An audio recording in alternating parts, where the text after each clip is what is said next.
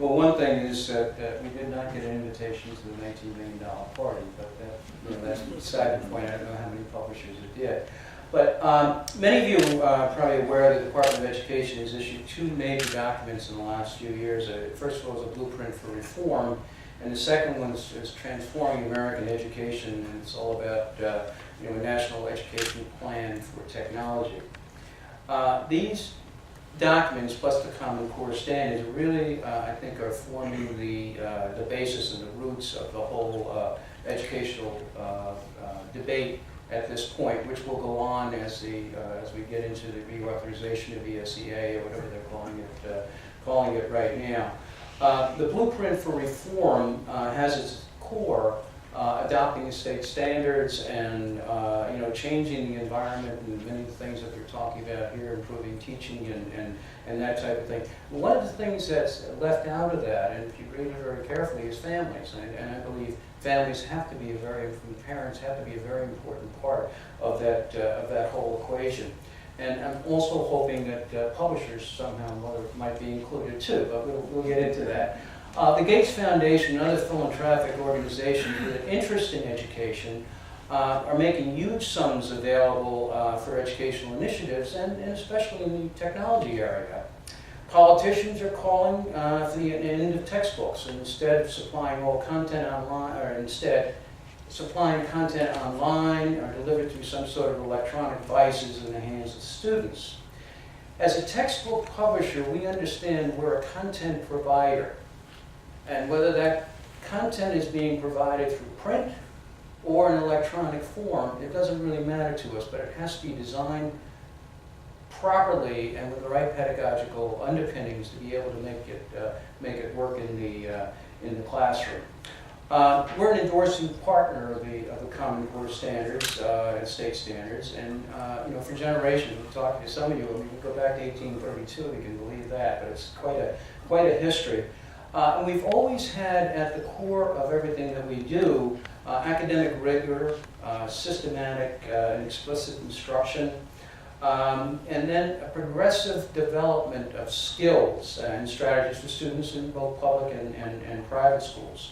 It's this philosophy that I think that will be able to help us transition to the Common Core standards. It's very important.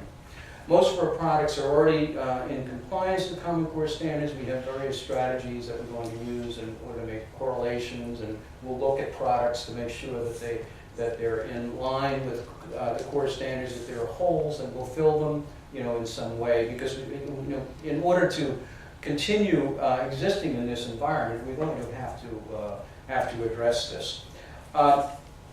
As an educational publisher, we look at things through a narrow prism. Basically, it's this, is that how are students learning? And there's a difference today than even 10 years ago, especially in the middle school area. Because the middle schools are probably the most difficult children to actually try and reach, and basically because there's a lot of reasons for it. But one of the key issues is the immigrant population coming to the United States. We're multicultural, we're multilingual, and that's something that we have to address. So our company has addressed it through publication.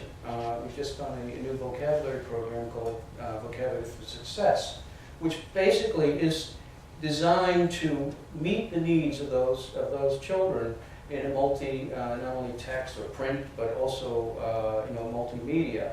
And that's our first try at trying to address what is going on through the Common Core standards, the blueprint of education, and of course the technology issue.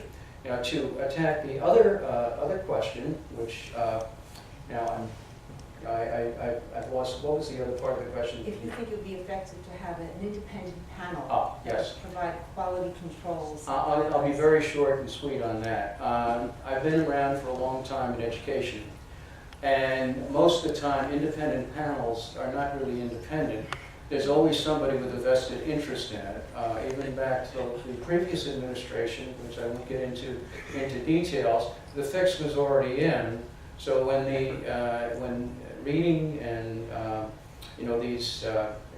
the various emphasis on the different subject areas came through, there were already very, very large companies in place ready to take on that particular thing. And so a company of our size kind of gets locked out of that type of thing. So when you talk about independent panels, it depends on who is involved in that, and what kind of prejudice do they bring to the thing, or what kind of skills do they bring to the thing. If it's a truly independent panel, I think it would be very, very helpful.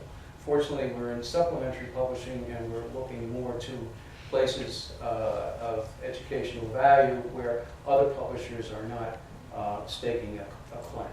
So, thank you. Thank you for that. President Raab, please share with us your experience at Hunter College regarding the preparedness of your incoming freshmen. And has there been a change in the overall readiness of your college freshmen at Hunter over the past 10 years?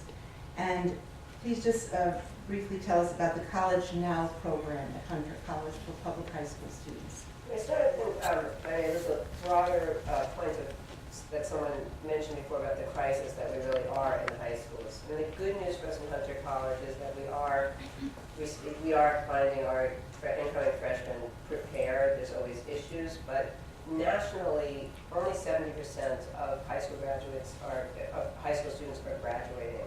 So this is, people are talking about international statistics. America has slipped in both high school, college, and certainly graduate education, and it's really going to affect our place in our international standing.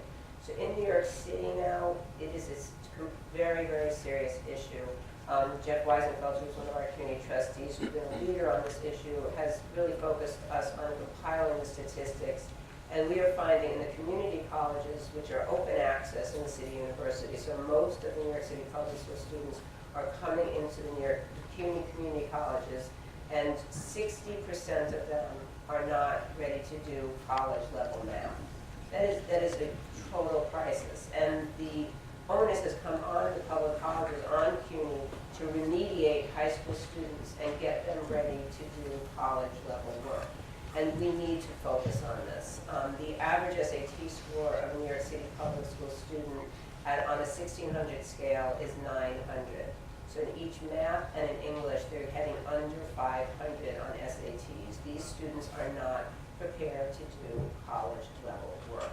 And we need, as a system, and CUNY has been extremely focused on this, and we've done this at Hunter College, is to work closely with the public high schools, and to support the teachers, because we are not turning out students who are ready to do college level work. And that's just, it's a tragic figure, and something we have got to really focus on as a city. On the good news point, though, within public higher education, we are actually finding both the increase in standards at the city university system and the revitalization of a CUNY and the economy working greatly to our advantage. So many of you know we have college level children. To go to a private university just in New York City, tuition alone is $40,000 to get an NYU or Columbia.